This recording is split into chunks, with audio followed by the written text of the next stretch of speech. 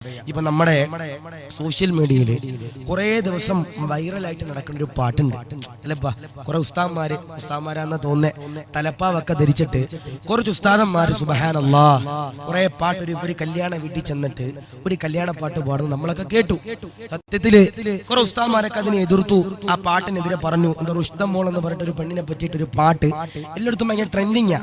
ഞാൻ നിങ്ങളോട് സ്നേഹത്തിൽ പറയാ, നമ്മള് അത് ആ ഷെയർ ചെയ്യുന്ന സമയത്ത് അതിനെ കുറ്റപ്പെടുത്തുന്ന സമയത്ത് നമ്മളൊന്ന് മനസ്സിലാക്കണം. എന്താ മനസ്സിലാക്കണ്ടേ? നമ്മൾ ആ പെൺകുട്ടിയുടെ മാനസികാവസ്ഥ നമ്മൾ ചിന്തിക്കണം. നമ്മള് ആ റുഷ്ദമോൾ എന്ന് പറയുന്ന പാവപ്പെട്ട സഹോദരിയുടെ ജീവിതം, ആ പെണ്ണിന്റെ മാനസികാവസ്ഥ നമ്മൾ ചിന്തിക്കണം. അല്ലാഹു നൽകുമാറാവട്ടെ. അവര് ബറക്കത്തിന് വേണ്ടി വീട്ടിൽ ഏതോ ഉസ്താദ്മാരെ വിളിച്ചിട്ട് ബുർദ വെച്ചതാ. അവസാനം എല്ലാ അദാബും കൂടി അവരുടെ വീട്ടിൽ കയറേണ്ട ഒരു അവസ്ഥ. അല്ലാഹു നൽകുമാറാവട്ടെ. ഞാൻ പറയണത്, നമ്മുടെ വീട്ടിലൊക്കെ ബുർദകളും പാട്ടുകളും മദ്ഹ് പാട്ടുകളൊക്കെ പാടുമ്പോ നല്ല ഈമാനുള്ള മൂല്യന്മാരെ വിളിച്ചു കൊണ്ടുവരിക. അല്ലാഹു നൽകുമാറാവട്ടെ. അല്ലാഹു കബൂലാക്കി അനുഗ്രഹിക്കുമാറാവട്ടെ. അല്ലാഹു സർവ്വ സന്തോഷങ്ങൾ നമ്മുടെ ജീവിതത്തിൽ നൽകി അനുഗ്രഹിക്കുമാറാവട്ടെ.